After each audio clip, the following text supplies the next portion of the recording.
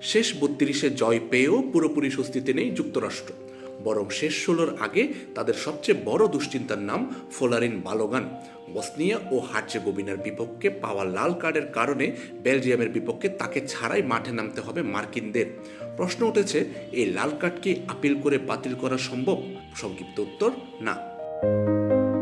Round of 32-এর ম্যাচে প্রতিপক্ষ তারেক মোহারেমোভিচের গোড়ালিতে পা পড়ে যাওয়ায় ভিএআর পর্যালোচনার পর সরাসরি লাল কার্ড দেখানো হয় বালোগানকে।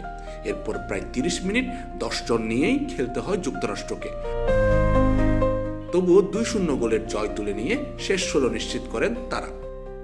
ফিফার নিয়ম অনুযায়ী ম্যাচ চলাকালীন রেফারির বিচারগত সিদ্ধান্তই চূড়ান্ত, তাই এমন সিদ্ধান্তের বিরুদ্ধে আপিল করে লাল কার্ড বাতিল করার সুযোগ নেই।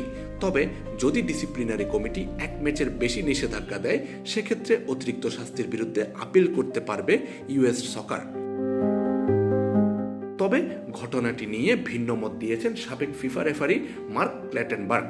তার মতে, বালোগানের ট্যাকলে ইচ্ছাকৃত আঘাত, অতিরিক্ত শক্তি কিংবা বিপজ্জনক আচরণের কোনো উপাদানই ছিল না। এটি ছিল একটি দুর্ঘটনাজনিত সংঘর্ষ, যা লাল কার্ডের মতো কঠোর শাস্তির যোগ্য নয়। যদিও ফিফার ডিসিপ্লিনারি কমিটি চাইলে ঘটনাটি পর্যালোচনা করে শাস্তির মেয়াদ বাড়াতে পারে, তবে এমন সিদ্ধান্তের সম্ভাবনা খুব কমই বলে মনে করছেন বিশ্লেষকরা।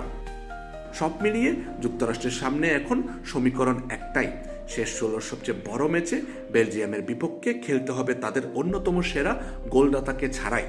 আর সেই অনুপস্থিতি পচেত্তিনোর দলের জন্য কতটা বড় ধাক্কা হয়ে দাঁড়ায়, সেটাই এখন দেখার অপেক্ষা। আমজাদ হোসেন আবির, খেলা 71।